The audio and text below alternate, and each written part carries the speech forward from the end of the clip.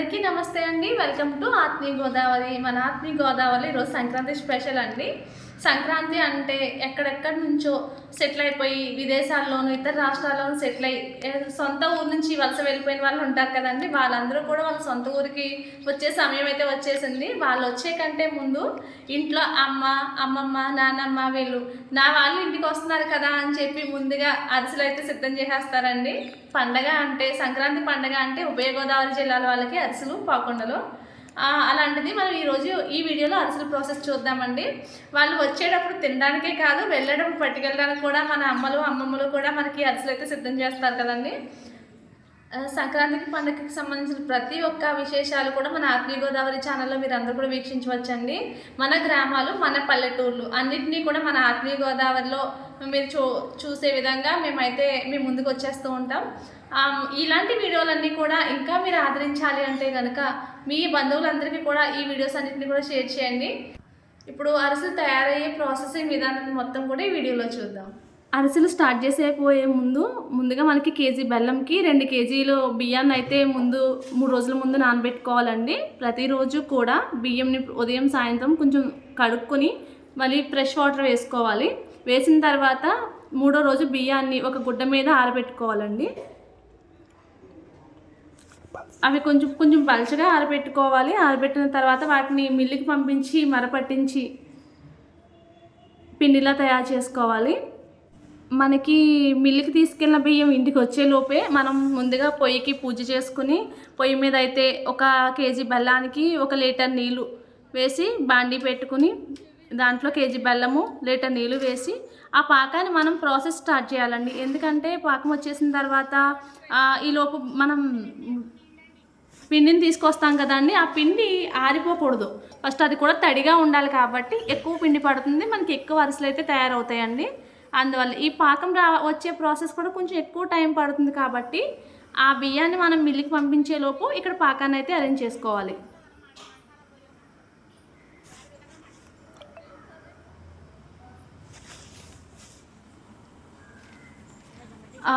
మనకి మిల్లు నుంచి వచ్చేసిన పిండి అయితే వచ్చేసింది కదా అండి. ఈ పిండిని ఏం చేయాలంటే దాంట్లో కొంచెం మనకి మురాలు అవన్నీ ఉంటాయి, అవన్నీ లేకుండా చూసుకోవాలి, లేదంటే అరిసెలు ఇచ్చిపోతాయి. సో మనం ఈ పిండిని చక్కగా జల్లించుకోవాలి. ఇదిగోండి మనం పాకం పడుతున్నాం కదా, లీటర్ వాటరు, కేజీ బెల్లం. మనం ఇప్పుడు 2 కేజీలు తీసుకుంటున్నాం కాబట్టి ఇక్కడ మనకి కావాల్సింది మేము 2 లీటర్ల వాటర్ వేసాము, 2 కేజీలు బెల్లం వేసాము.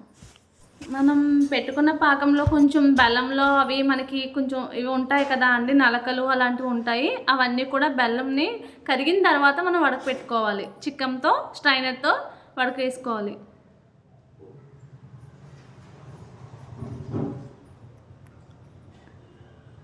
స్ట్రైన్ చేసిన తర్వాత మళ్ళీ ఆ గిన్నెని కొంచెం వాటర్ వేసి కడిగేసి మళ్ళీ ఆ బెల్లం పాకం వేసి ఉడకబెట్టుకోవాలండి.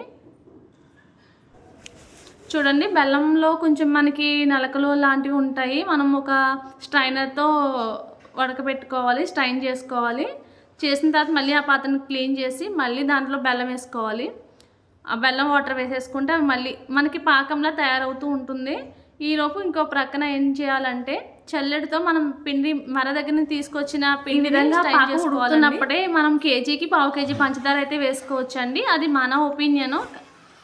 ఈలోపు మనం ఇంకొక ప్రక్కన ఏం చేయాలంటే నువ్వుల్ని పెరుగు వేసి నానబెట్టుకోవాలండి. నువ్వుల అరిసెలు వేసుకోవాలి అనుకునే వాళ్ళు కొంతమంది పాకంలో వేసేస్తారు, కొంతమంది ఏం చేస్తారంటే పెరుగులో వేసి నానబెట్టి మనం పెట్టిన పాకం అయిందో లేదో తెలుసుకోవాలంటే కనుక ఒక గిన్నెలో వాటర్ తీసుకునండి. దాంట్లో మనం ఈ పాకం వేసుకుంటే అది అయిందా లేదా, అయిన తర్వాత దాన్ని ఒక ప్లేట్లో వేస్తే టంగు అని సౌండ్ వస్తే కనుక మన అరిసెల పాకం అయితే రెడీ అయిపోయినట్టే. ఒకసారి చూడండి ప్రాసెస్ అంతా, అది ఎలా దగ్గర పడుతుందో. ఈ విధంగా కొంచెం వచ్చేసేసరికి మనకి దగ్గర అరిసెల పాకం దగ్గరికి వచ్చేసినట్టే అండి. బబుల్స్ అయితే ఎక్కువ వస్తూ ఉన్నాయి, చూసారా, సరిగ్గా గమనించండి. ఇందులో మనం కొంచెం నెయ్యి వేసుకోవాలి. ఈ పాకంలో నెయ్యి వేసుకుని మొత్తం పాకం అంతా మళ్ళీ ఒకసారి కలిగి తిప్పుకోవాలండి. అందులోనే కొంచెం నూనె కూడా వేసుకుంటున్నారు. వేసుకుంటే మొత్తం నెయ్యి కూడా వేసుకోవచ్చు. ప్రక్కకు పెట్టేసుకోవాలండి స్టవ్ ఆఫ్ చేసేసి. తర్వాత దీన్నే చల్లారనివ్వకుండానే మనం పిండిని అయితే వేసేసుకోవాలి. పాకం కలుపుతూ మరొకరు పిండి వేస్తూ ఉండాలండి. పిండి ఉండలు కట్టకుండా కలుపుతూ ఉండాలి. దాన్ని చాలా బాగా కలపటంలో కూడా ఒక నైపుణ్యత ఉండాలండి ఖచ్చితంగా. ఈ అరిసెల పిండి కలిపేటప్పుడు, పాకం పెట్టేటప్పుడే తెలుస్తుంది, లేదంటే అరిసెలు పాడైపోతాయి. చూడండి పిండిని ఏ విధంగా కలుపుతున్నారో. ఇది ఒక చలివిడి మిశ్రమంలా తయారవ్వాలి. చూడండి, సరిగ్గా గమనించండి. వేసే వాళ్ళు వేస్తూ ఉన్నారు, కలిపే వాళ్ళు కలుపుతూ ఉన్నారు. చాలా బాగా కలపాలండి దీన్ని. పిండి మొత్తం బెల్లం పాకం పట్టేలాగా, ఇది మొత్తం ఒక ముద్దలాగా, ఒక చలివిడి ముద్దలాగా అయ్యే విధంగా కలుపుకోవాలి. సైడ్ను కూడా అంటుకునేదంతా కూడా నీట్గా మనం తీసుకుంటూ మెల్లగా తిప్పుతూ శుభ్రంగా కలుపుకుంటూ రావాలండి. చూసారా అండి, ఆ అరిసెల పాకంలో పిండిని ఏ విధంగా వేస్తున్నారో, ఎలా కలుపుతున్నారో. ఈ విధంగా కలుపుతూ ఉండగా మనకి అది మొత్తం ఆ మిశ్రమం అంతా కూడా ఒక చలివిడి ముద్దలా తయారవుతుందండి. ఒకసారి సరిగ్గా గమనించండి ప్రాసెస్ అంతా ఎలా జరుగుతుందో. చూసారు, మనకి తెడ్డి కొంచెం గట్టి పడుతుంది, ఇంకా అవ్వట్లేదు. మనం కొంచెం పిండిని తీసుకుని ఇలా అనేసరికి చూస్తారా ఆ విధంగా బాల్లా అయితే కనుక ఎవరు చేసేసే విధానం అయితే కాదండి. పూర్వం ఏంటంటే అరిసెలు చేయాలంటే 3 రోజులు ప్రాసెసింగ్. ముందు రోజు బియ్యం నానబెట్టి అందరూ దంచి పోటు పెట్టి అలా వండుకునే వాళ్ళు. ఇప్పుడు ఈజీ మెథడ్ వచ్చేసింది, మనకి మిషనరీస్ అందుబాటులో వచ్చేసాయి. అరిసెలు చేయడం కూడా ఒక ఆర్ట్. మనతో రామలక్ష్మి గారు ఉన్నారు. అసలు అరిసెలు ప్రాసెసింగ్ ఏంటి, ఎలా చేయాలి?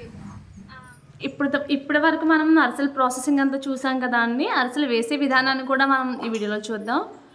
చూడండి, మనం ఉండలా తీసుకుని దాన్ని ఒక పూరి ప్రెస్ మీద పెట్టుకునండి నీట్గా, అంటే స్లోగా మనం ప్రెస్ చేయాలి. స్లోగా ప్రెస్ చేసిన తర్వాత వేయాలి. ఆ అరిసె మనకి ఇంకొక వైపు ఇంకొక మనిషి ఉంటారు కదా. అరిసెలు చేయాలంటే దాని ప్రాసెస్, దానికి కావాల్సిన పదార్థాలు ఏంటంటే బియ్యం అండి, బెల్లం,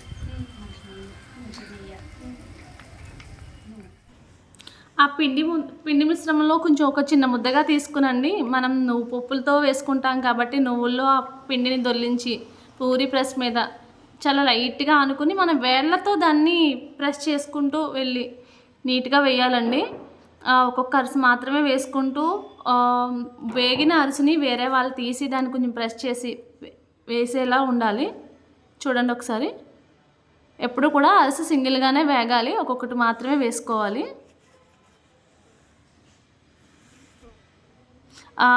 మన ఉభయ గోదావరి జిల్లాలంటేనే సంక్రాంతికి అరిసెలు ప్రత్యేకం అండి. అరిసెలు ఏందే సంక్రాంతి ఫీలింగ్ రాదు. ఫస్ట్ చక్కగా పూర్వం ఏం చేసేవాళ్ళంటే అందరూ తెల్లవారుజామున లేచి ఈ పిండిని దంచుకొని ప్రక్కింటి ఒకళ్ళ ఇంట్లో ఇంకొకరు హెల్ప్ చేసుకుంటూ ఒకరికొకరు హెల్ప్ చేసుకుంటూ ఉండేవాళ్ళండి. అప్పటి రోజుల్లో బాగుండేది. మన పెద్దవాళ్ళు చాలా ఎంజాయ్ చేస్తూ ఈ పనిని అయితే చేసేవాళ్ళు. ఇప్పుడు ఉన్న ఆధునిక కాలంలో ఉరుకులు పరుగుల లైఫ్ స్టైల్లో ఎవరికి వారే అన్నట్టు అయిపోతుంది. ఏదైనా పిండి వంటలు వండేటప్పుడు మా చిన్నతనంలో మా అమ్మ వాళ్ళు చుట్టుపక్కల వాళ్ళు చక్కగా మాట్లాడుకుంటూ అదొక సందడి వాతావరణం. నైట్ టైం ఈ పనిని చేస్తూ చూడడానికి కూడా భలే ఉండేదండి. అది ఒక ముచ్చటగా ఉండేది. మీ ఇంట్లో కూడా ఎలా జరిగేది అరిసెలు చేసుకునే విధానంలో మీరు ఎలా ఎంజాయ్ చేసేవాళ్ళు కూడా కామెంట్ రూపంలో తెలియజేయండి. మనకి అరిసెలతో పాటు పాకుండలు కూడా మన చుట్టుపక్కల మన ఉభయ గోదావరి జిల్లాల వాళ్ళు ఖచ్చితంగా వేసుకుంటారండి. పాకుండలు కూడా సేమ్ ప్రాసెసే. ఇదే పిండిని మనం ఉండలుగా చేసుకుని దీంట్లోనే మనం కొంచెం కొబ్బరి అలానే జీడిపప్పు లాంటివి కూడా వేసుకుని పాకుండలుగా కూడా చేసుకోవచ్చు. సేమ్ ప్రొసీజర్ ఇది కూడా.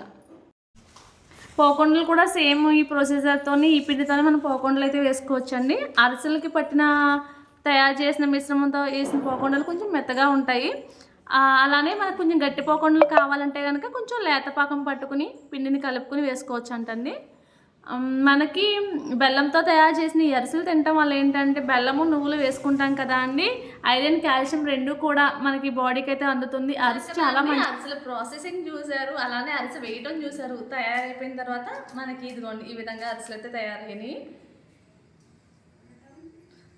మనకి 1 కేజీ బెల్లానికి 4 తవలు అంటే 2 కేజీల బియ్యాన్ని నానబెట్టుకోవాలండి. 2 కేజీల బియ్యానికి 1 కేజీ బెల్లము, 1/2 కేజీ పంచదార, లీటర్ నీళ్ళు. ఈ విధంగా మనం ప్రాసెసింగ్ స్టార్ట్ చేసుకుంటే కనుక కేజీ బెల్లానికి మనకి ఒక 70 అరిసెల వరకు ఈ విధంగా అవుతాయండి. ఇవి మామూలు అరిసెలు, ఇవేమో నువ్వుపప్పు అరిసెలు, నువ్వుల అరిసెలు.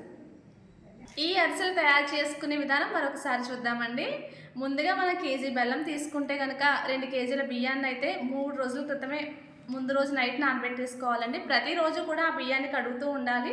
3వ రోజు ఆ బియ్యాన్ని కొంచెం ఒక గుడ్డ మీద ఆరబెట్టుకొని మిల్లు పట్టించుకోవాలండి. అది కొంచెం మిల్లు నుంచి వచ్చిన తర్వాత ఆ పిండిని కొంచెం రాళ్ళు లేకుండా చల్లించుకున్న పిండిని పక్కన పెట్టుకోవాలి. ఈలోపు మనం అరిసెలకి కావాల్సిన పాకాన్ని సిద్ధం చేసుకోవడానికి ఒక గిన్నె పెట్టుకుని అందులో మనం లీటర్ వాటర్ వేసుకుని కేజీ బెల్లాన్ని చితక్కొట్టుకుని బెల్లం వేసుకోవాలండి. బెల్లం వేసిన తర్వాత బెల్లం పాకం మరుగుతూ ఉన్నప్పుడు కొంచెం ఈ బెల్లం కొంచెం కరిగిన తర్వాత ఈ బెల్లం పాకాన్ని వడకట్టుకుని మళ్ళీ బెల్లం పాకాన్ని పొయ్యి మీద పెట్టుకుని ఉడకపెట్టుకోవాలండి. ఈ బెల్లం పాకం మరుగుతూ ఉన్నప్పుడు పావు కేజీ పంచదార దాంట్లో వేసుకోవాలి.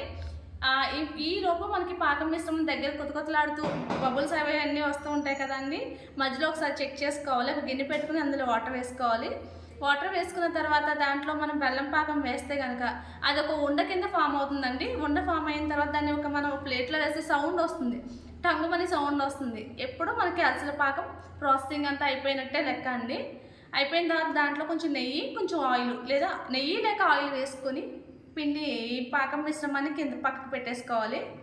కరెక్ట్గా దించేసిన పాకంలో మనం చల్లించి పక్కన పెట్టుకున్న ఈ పిండి మిశ్రమాన్ని అయితే వేసుకుంటూ ఒక చలివిడి ముద్ద అయ్యే విధంగా తెడ్డితో కలుపుకుంటూ ఉండాలండి. ఏ విధమైన ఉండలు లేకుండా కలుపుకోవాలి. ఈ తెడ్డి తిరగడం కొంచెం గట్టి పడిన తర్వాత మనకి ఆ పిండి ముద్దను తీసుకుని ఒక బౌల్లో చేసుకుంటే అది నీట్గా ఫినిషింగ్ అంతా బాగా వస్తే కనుక ఖచ్చితంగా మనకి అరిసెల మిశ్రమం అయితే తయారైపోయినట్టే. దీనిని మనం అరిసెల వేసుకునేలా పూరి ప్రెస్ మీద ప్రెస్ చేసుకుంటూ అరిసెలు ఈ విధంగా వేసుకోవచ్చు.